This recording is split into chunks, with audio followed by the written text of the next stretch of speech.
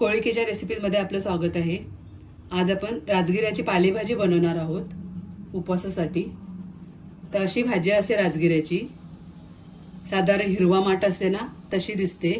तर नवरात्रीच्या सणामध्ये ही सहजरित्या उपलब्ध असते भाजी। कोणत्याही उपवासाला खाऊ शकता तुम्ही। राजगिऱ्याची आहे, तर कशी बनवायची ते आज मी दाखवते तुम्हाला। पहिले ही भाजी साफ कशी करायची ते सांगते। ही सगळी अशी पानं असतात, ते आपण अशी काढून घ्यायची।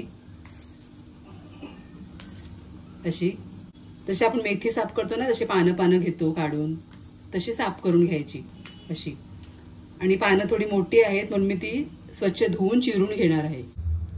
तर ही भाजी स्वच्छ धुवून अशी चिरून घेतलेली आहे।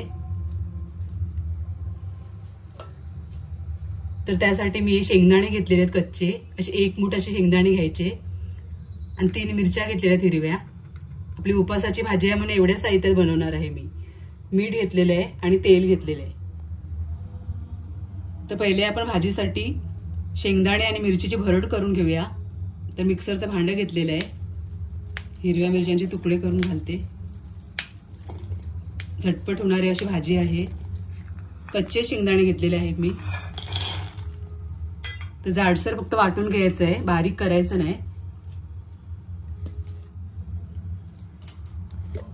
तर अशा प्रकारे आपल्याला शेंगदाणे आणि मिरचीची भरड करून घ्यायची आहे। तर कढई गरम करायला ठेवलेली आहे, तेल घालूया। तेल अगदी थोडंच लागते भाजीला।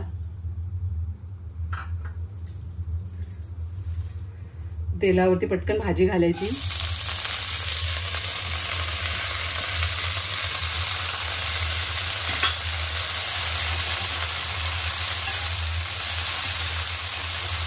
मिक्स करायचे पटापट।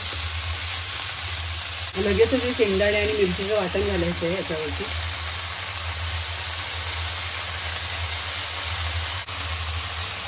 चवीनुसार मीठ घालायचं आहे।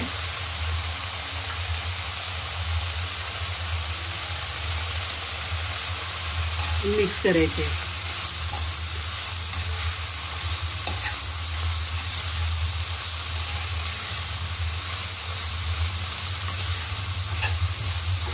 पाणी वगैरे घालायची काही गरज नाही, कारण या भाजीला पाणी सुटते।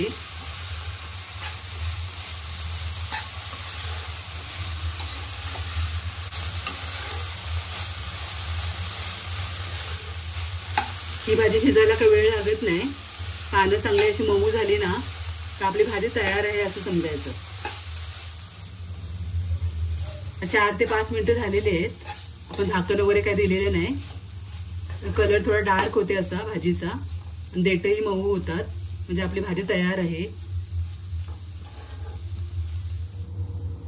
आता आपली भाजी तयार आहे। तुम्ही सुद्धा नक्की बनवा या पद्धतीने भाजी। रेसिपी आवडली असेल तर नक्की लाईक करा, शेअर करा आणि कमेंटमध्ये कळवा कशी झाली ती राजगिऱ्याची उपवासाची भाजी। आणि अशाच नवनवीन रेसिपीसाठी आपल्या चॅनलला नक्की सबस्क्राईब करा। धन्यवाद।